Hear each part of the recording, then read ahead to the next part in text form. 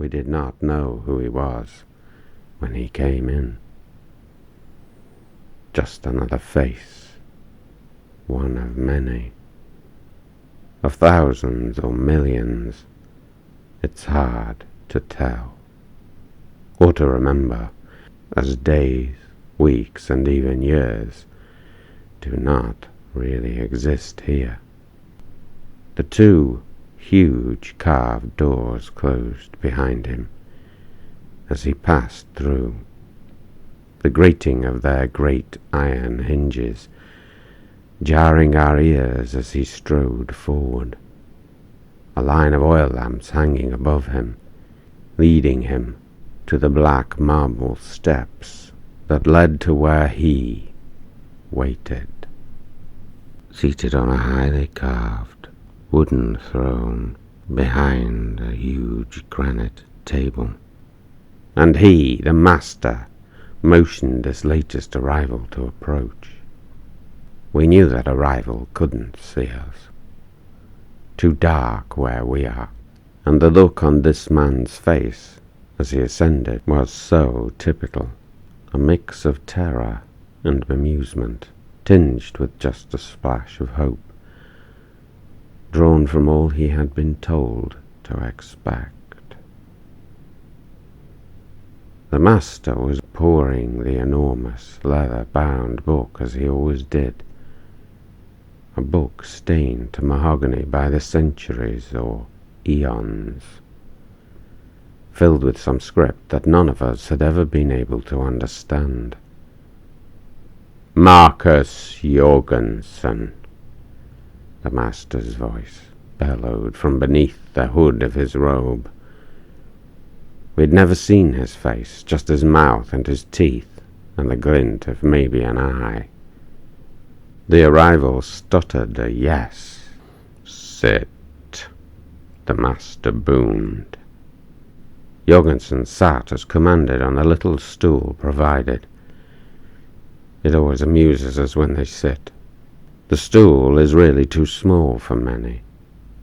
It was, no doubt, crafted at a time when people were smaller, and Jorgensen, being over 6 foot, looked like a grasshopper trying to sit on a pebble, all legs and arms.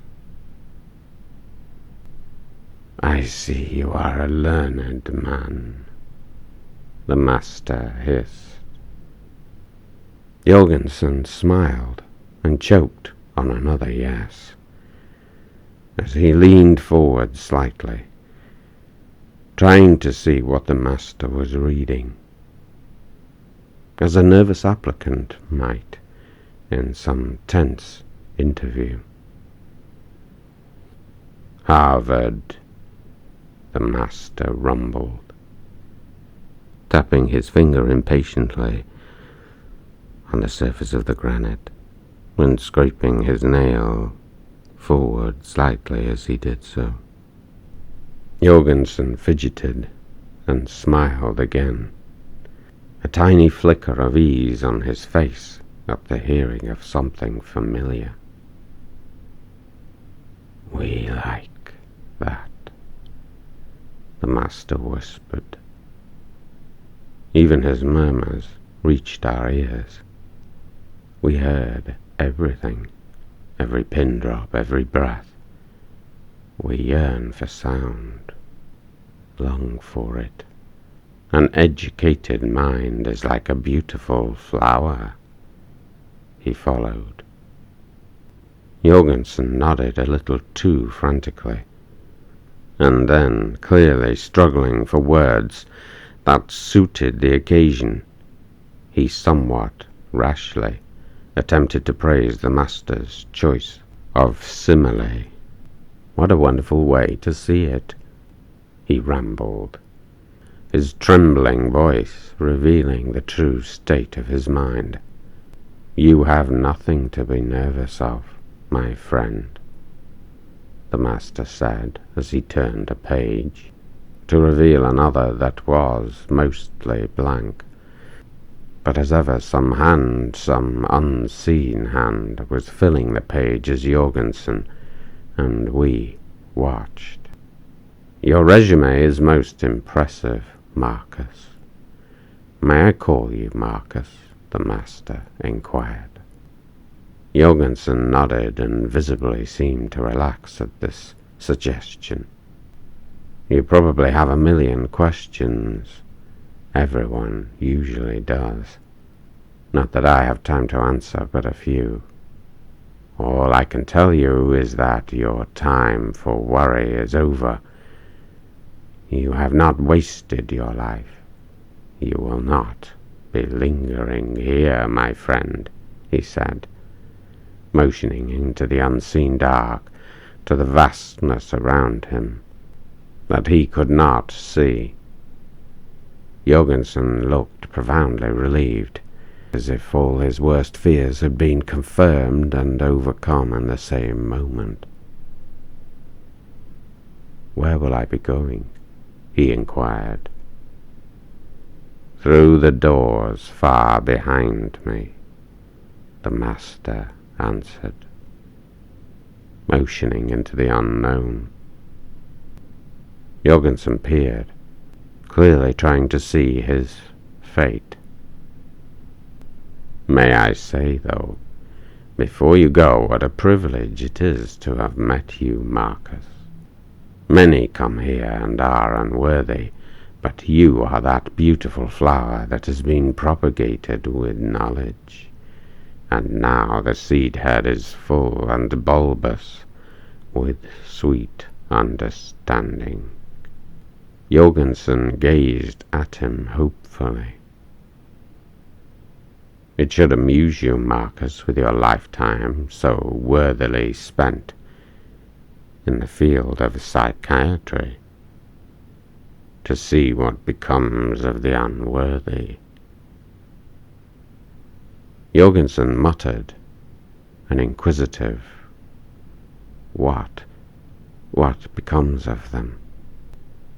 The master waved his hand, and for a few moments our darkness was illuminated. Jorgensen leapt to his feet. My God, why? Why? He said. Because they were not ready, my friend.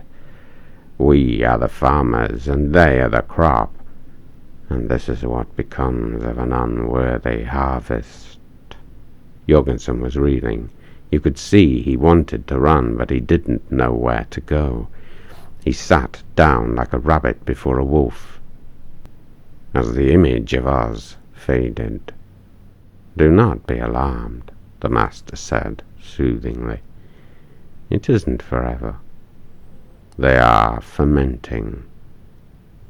We find a time alone in the dark, and silence gives them time to reflect, to decant, if you will, until they are proven.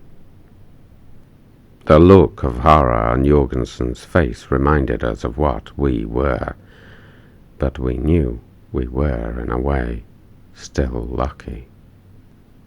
The master rose from his chair, easily twice as tall as Jorgensen, towering over him. Come, my friend, he boomed, leaning down towards him. Jorgensen stood and backed away a little, but not quickly enough. Did he move? For the master took hold of him by the neck and lifted him over the table, carrying him away into the dark, held out before him like a trophy. Yours is the greatest honor, my friend. You are exalted. You are to become immortal. The door opened, Jorgensen struggling in his grasp, vainly. A deep red light streamed in. The master threw him down on a high table beyond. We could hear Jorgensen screaming, hollow, without hope. He was like all the rest. He thought he was safe, but now he knew. We saw the blade flash through the air, heard the sickening sound of it as it cut through his head, through the top of it like an egg, and then they came. They always come. It can be no more than a morsel for them, but they feast like it's a banquet, slurping like leeches on every shred of that brain, fat and succulent with knowledge. The doors closed and darkness took us once again, and the gift of silence returned to save us from the horrors of knowing. We have to wait, you see. We have to wait on these spikes, devoid of body, just heads, left to nothing but contemplation and nightmare, until one day, who knows when, we too shall be ripe and ready.